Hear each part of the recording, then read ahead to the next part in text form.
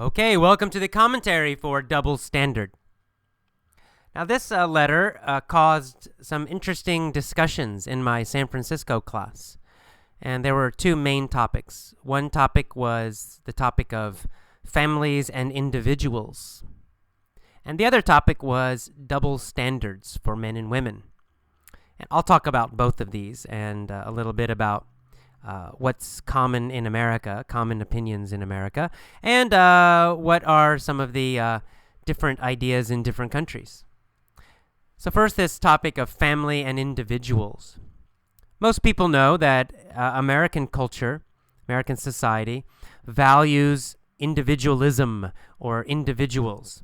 And we have an idea that adult individuals should make their own choices.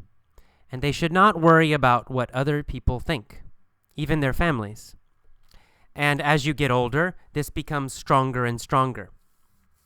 So when I read this letter, for example, and I saw this woman is in her mid-50s, middle 50s, so she's probably, 55 years old.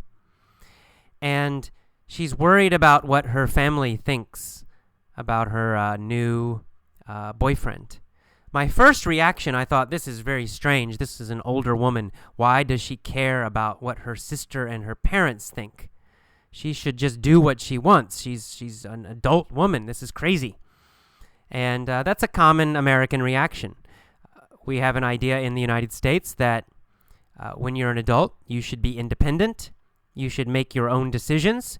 You should not ask your parents for advice all the time. You should not live with your parents when you're an adult, right? That's a very common, strong view. This is very interesting because in classes that I've had before, there's a very interesting difference in culture here, especially this idea of living with your family. Some cultures, people continue to live with their families until they get married. So if they're 30 and they're not married, they still live with their parents. If they're 35 and they're not married, they're still living with their parents, and that's normal, and which is fine. There's not a right or wrong answer here, not better or worse, but it is a big difference. In the United States, that is seen as very negative. There's a strong feeling that you should not live with your parents when you're an adult.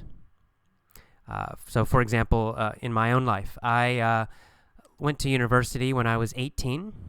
And then I graduated university. I was 22, I believe. And after that, I got my own apartment, and I never lived with my parents again.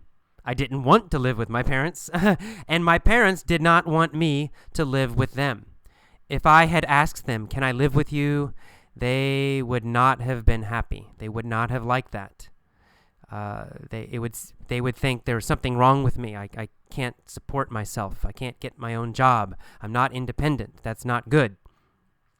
So, and for me, I wouldn't like it because I don't want to live with my parents, and I'm an adult. I don't want them telling me what to do or anything like that. So it's on both sides. Both the children and the parents have this idea that when you're an adult, you leave home and you should be independent and should make your own decisions. But I've met students from other countries who say it's very normal to live with their families until they're married. And in some cultures, even after they get married, the couple will go and live with one of the families, the husband's family or the wife's family. And that's considered normal. So in these cultures, family and the family's opinion continues to be important even when they're adults. So maybe some of you listen to this article, you think, oh, this sounds normal. Maybe some of you think this woman needs to worry about her family. If her family doesn't like the situation, maybe she should not date Will. That might be a reaction that some people have. However, Abby's answer is probably the normal answer most Americans would give, which is stop worrying about your family's opinion. Don't be a people pleaser. Do what you want. All right. Next, the issue of double standards. This was the second topic we discussed in my San Francisco class.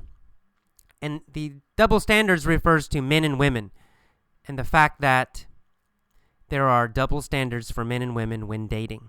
If a man dates a lot of women, it's often no problem. People don't criticize him. In fact, sometimes they think, hey, he's a cool guy. Look at all those girlfriends he has. This is great. What a good guy. And in some cultures, this double standard is very strong, right? Men can date a lot of women, and people think it's good. On the other hand, if a woman dates a lot of men, then she's bad. She's a bad girl, and people criticize her, and people don't like it. And that's clearly a double standard, right? That's the definition of double standard. Two different rules for the same situation. If a man does something, it's okay. If a woman does it, it's not okay. And in my class, there were clear double standards for most cultures. Stronger in some countries, weaker in other countries. This double standard does exist in America. There is still a double standard between men and women when dating. However, that double standard is getting weaker and weaker. Women are getting more and more equal. It's very normal now for a woman to date lots of different guys, and it's generally not a problem. This woman is in her 50s. She's an older woman from an older generation. Maybe that's why in this letter she sounds like she's a little bit criticizing her sister Jane for dating many men. I think for younger Americans, it's no problem. It's just totally normal. So this double standard is not so strong in America, getting weaker all the time.